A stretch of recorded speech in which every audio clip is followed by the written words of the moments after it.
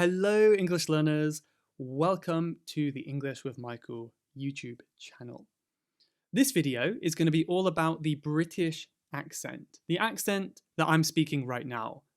Of course, there are many British accents. I have just one of them, and I know lots of people want to have one too, because people ask me about it all the time, and I've spoken about accent a lot in the past, so feel free to have a look back on my previous videos. I've given my opinion on if you should have a British accent and some more tips on how to improve your pronunciation.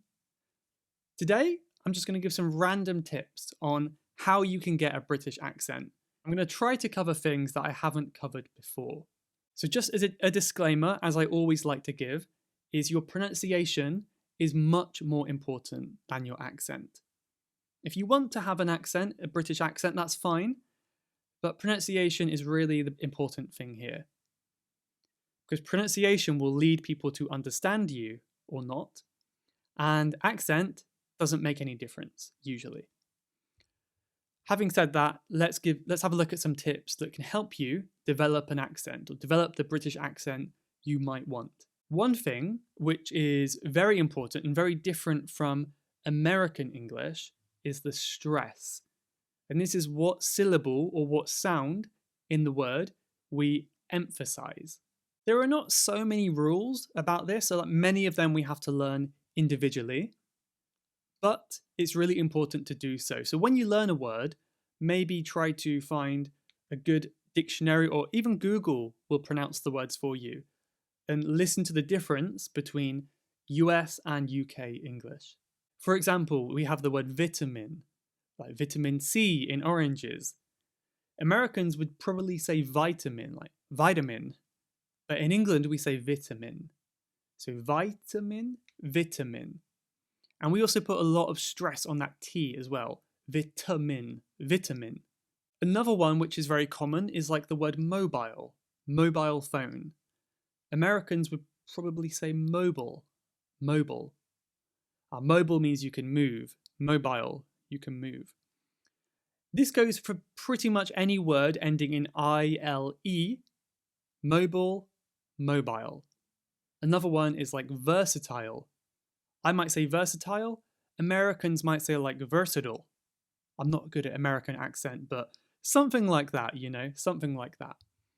So there are some rules that you can follow. One of them is the I-L-E. We always say I'll in English, in British English. Versatile, mobile. So again, there are too many of them to talk about in this video. But as I said, the best way to do it is maybe just to look up the word and the pronunciation when you learn it. And that's the best way to kind of learn as you go. Tip number 2 is to use British slang.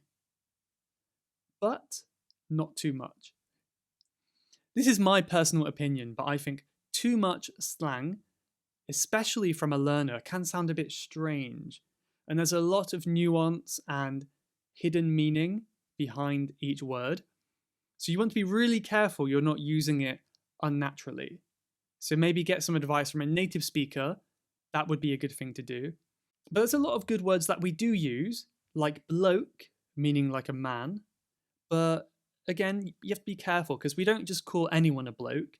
It's someone we don't really know, a little bit rude, like that bloke over there, that random guy. It's not a polite thing to say. It's not super rude either. But bloke, that bloke is fixing my shower, maybe. Another really common one is cheers. Cheers. Often used to toast a drink, like cheers, drink to that. Also, it can mean thank you in England. Cheers. Thanks. It's kind of like a very casual thanks. And sometimes it's shortened to just like really, really quick, like cheers, cheers. You can hardly hear it. And this is really common though. And if you don't want to be so polite, you could try it. I prefer the thank you. I want to be more genuine, more polite, but that's just me. I think the best ones you could use are words that don't talk about other people. You can talk about yourself, because in that case, it doesn't really matter if you're polite or not. One example would be gutted, gutted. Or if you want to use that British glottal stop, we say gutted. I was so gutted to hear that. Another British pronunciation tip, gutted, gutted. Both correct. Gutted is more casual, more informal. But this word just means like really, really disappointed. Oh, I was so gutted to hear that they lost the football match. Gutted.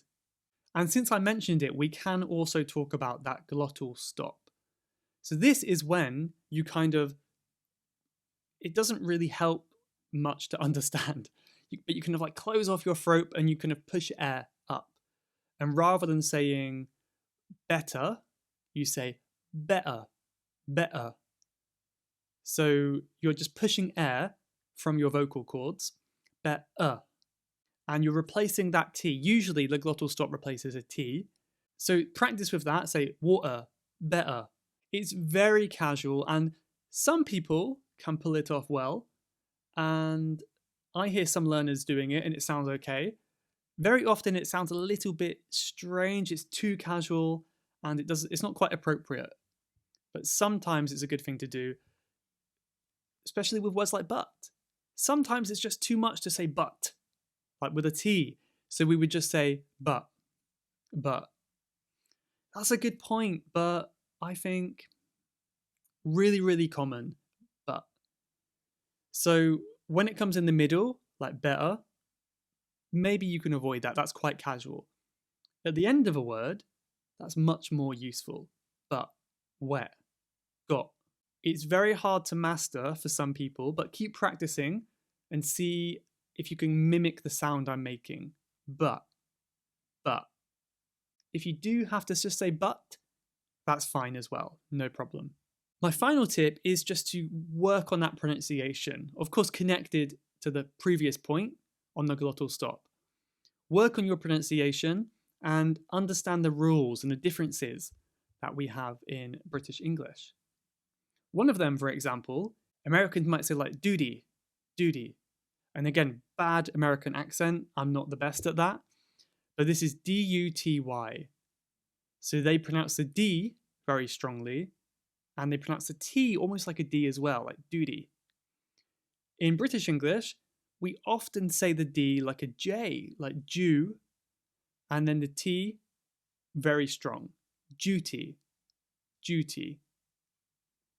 Or if you have some homework that has to be in today, your homework is due today. Americans might say do. The homework is due today.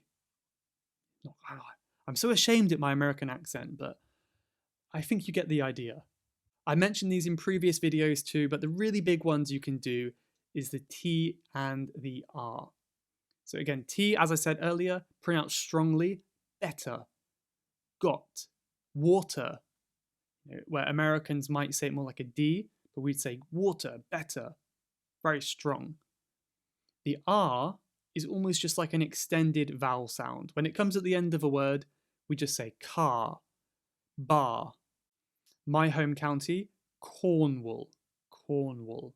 So it's corn, corn. Americans say a bit stronger, usually like corn. That's emphasized. So I've given lots of little pieces of advice today. I hope you found some value in this. Hope it was useful for you in some way. Let me know what piece was most interesting for you. Thanks so much for watching. Good luck on your accent training, and I will see you in the next video. Bye-bye.